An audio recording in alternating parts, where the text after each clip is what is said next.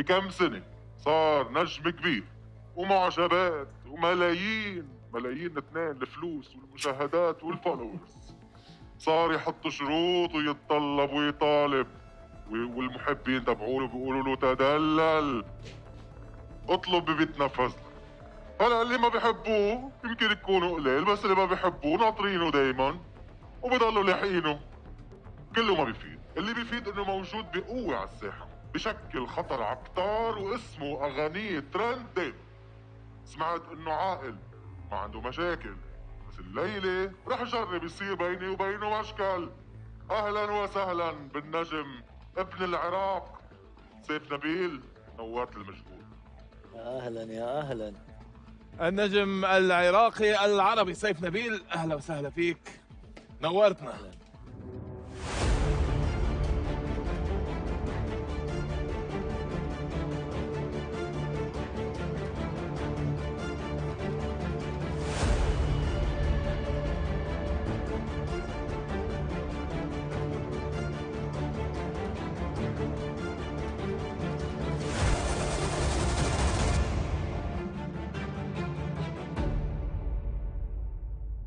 اخترت تكون بداية العام معك افتتاحية، كل عام وأنتم بخير. وانت أنا بألف خير. سعيدة عليكم وعلى كل مشاهدينا وعلى الناس الطيبة والمو طيبة اللي تشاهدنا.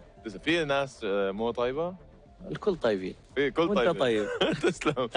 سيف خبرني 2023 خلصت بحلوة وبمرة وبمشاكلها وبحروباتها، كيف كانت عليك؟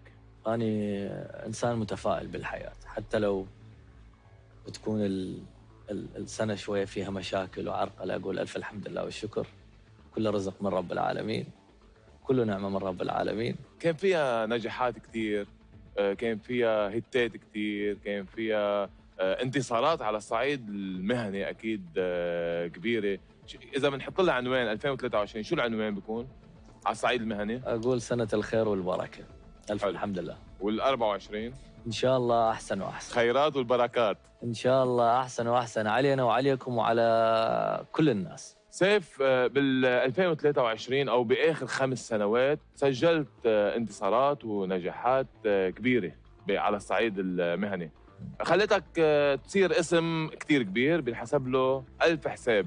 في كتار بخافوا منك على الأكيد، وبتوافقني الرأي في كتار بخافوا منك؟ لا هلا أنت شبهتنا بحالة حرب. لا مش شوي حرب، عم بحكي عن انتصارات صعيد وناس النجاح تخاف منك. والنجومية عم بحكي عن النجاح والنجومية المنافسة كتير بتخوف اليوم. هذه منافسة شريفة بالنسبة لي. أحس هذه كلها مجهود العمل المتواصل، مجهود الثقة بالنفس، خطوات مدروسة، بس يآمن بنفسه هذاك الوقت يقدم للناس شيء بكل ثقة. فأنا ما أعتبره. كثير ناس بخافوا من انتصارات. وجود سيف نبيل أو لا، بيحسبوا حساب إنه في سيف نبيل عنده حفل اليوم هون بالمقابل، يعني بغنية نزل غنية اليوم، يحبوه يروحوا له يحبوه. بيحضروا بيشوفوا. طيب سيف من مين على مين بتحط عينك؟ تقول مين بدي أشوف، مين بدي راقب شوف إذا نجح، بحسب حساب مين؟ يمكن ما تعرفني على الصعيد الشخصي. على الصعيد الشخصي أنا أراقب حالي ما بتشوف حالك وأخاف من حالي. كيف واحد بخاف من نفسه؟ إيه ما بتفشل، خاف تنزل شيء منه بنجاح مش الأبد. هيك. أنا إنسان أخاف من نفسي، إنسان عندي طاقة هائلة، فأخاف لا أفجر نفسي إلا شوي. ضروري مش اليوم. مش اليوم. إذا بدي أعمل أنا وياك مراجعة للسنة اللي قطعت علينا. نعم. وصفت لي إياها قبل شوي إنه سنة النجاحات وسنة إذا بدك الرزق، وين كانت الصعوبة فيها؟ بكل سنة لها صعوبة. تحدي أنت حتى تكون مواكب بهذه الساحة الجبارة اللي بيها مئات أو آلاف الفنانين صاروا بهذا الوقت. حتى تواكب أنت ومعاهم حتى تقدم شيء مختلف. هذا تحدي بحد ذاته، تحدي مع نفسك، تحدي مع الساحة الفنية كاملة. فأكيد أنت حتى تظل مستمر واسمك يظل موجود. تحدي هذا شو الشيء اللي ما حققته بالسنوات الماضية بتقول بدي حققه، بدي بال 2024؟ حتى لو احقق كل شيء راح تسالني هذا السؤال واقول لك انا مو محقق اي شيء. على طول اني احس نفسي على النجاح، ووين ما اوصل اقول اني ما مسوي ولا شيء. اذا قلت اني وصلت راضي صح؟ الحمد لله. الحمد لله. بالبدايه قلت لك هذا رزق من رب العالمين والف الحمد لله. فكرتك بدك تقول لي بال 2024 بدي اتجوز واستقر واعمل عائله ولاقي بنت الحلال بنات الحلال. شو انت شكلك مراجع زين. شوف ان شاء الله يعني هو كل انسان يحب الاستقرار، كل انسان يحب يرتبط بانسانه تكون مكمله له، بس انا نوعا ما اخاف من هذا الموضوع. خاف من الارتباط؟ اخاف من انسانه تجيني ما تفهمني، ما تفهم نوعيه شغلي، ما تفهم عملي. احنا عملنا جدا صعب. طبعا. عملنا عباره عن سفر، عباره عن ليالي اشهر برات البلد، معجبات كتار، تليفونات بالليل. ولازم يكون لك لا تليفونات اخر الليل ما في، يعني افصل هذا الوقت بس. بيني وبينك لازم يكون لا ماني شخص كثير يحب يستخدم التليفون ابدا. بتغير رقمك كل جمعه ابدا ابدا. نفس الرقم معك؟ نفس الرقم من سنين والله ما اغيره. ما استخدم تليفونه الو ابدا. كيف تتواصل؟ واتساب.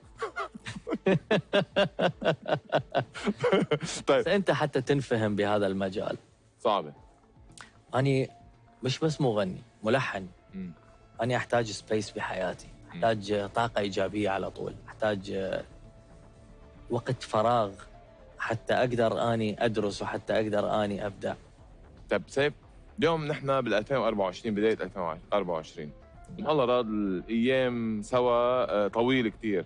يمكن بعد 10 15 سنه نكون انا وياك بمقابله بقول لك يا سيف عشو ندمان انت؟ بتقول لي انا ندمان انه ما اسست عائله، ما عملت عائله. ما بتخاف من هيدي اللحظه تقول انه انا وحيد؟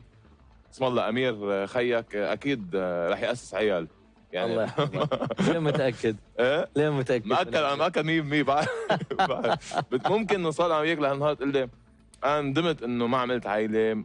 لا ما في هيك شيء ان شاء الله باذن الله. احنا ناس مؤمنين بقدر رب العالمين. ان شاء الله يا رب تشوف انسانه تكمل هذا الموضوع يعني هلا افيلبل، يعني في مواصفات للانسان اللي تكمل الموضوع، تتفهم. هلا ايوه. طول؟ طول 170 وما فوق. ايه. وزن امشي تروح جيم. طيب سيف، عايش بين بيروت ودبي. نعم. وثلاث ارباع الوقت مقضيه بلبنان، صح؟ صح. كثار بيسالوا انه ليش فنان عراقي بيختار لبنان او بيروت يعيش فيها باصعب ظروف عم بيمرق فيه البلد، انه معك اقامه ذهبيه بتطلع بتقعد بالامارات عادي، بيتك موجود ودائما بتروح لهونيك. ليه بتختار لبنان؟ ليه لبنان؟ شوف ان كان دبي ولا لبنان، هذول البلدين صراحه احس انه اني مع كل احترامي لكل البلاد العربيه وين ما اروح الناس تستقبلني احلى استقبال، تحبني. هالبلدين احسهم العراق. كثر ما اني ما احس بغربه ابدا بيهم. ان كان دبي احتضنتنا، ودبي هي دبي التطور ودبي الحضاره، النيو تكنولوجي. بس عشت معنا بلبنان. ولبنان راح اجيك فيها.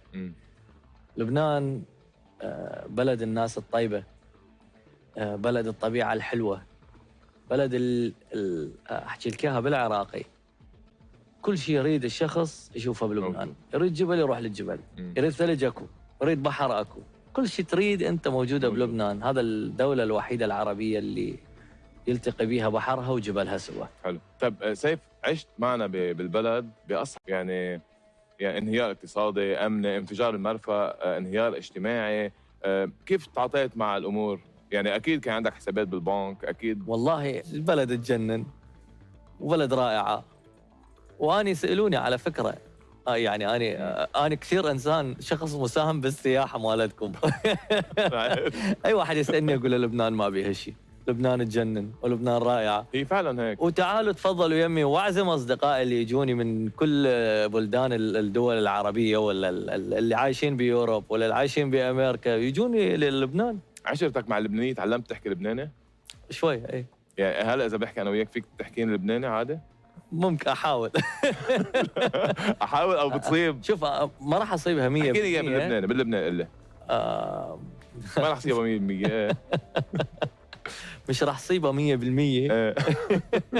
جود. منيح، روعه. جريت. روعه. ايه بس انه احب احكي باللهجه العراقيه.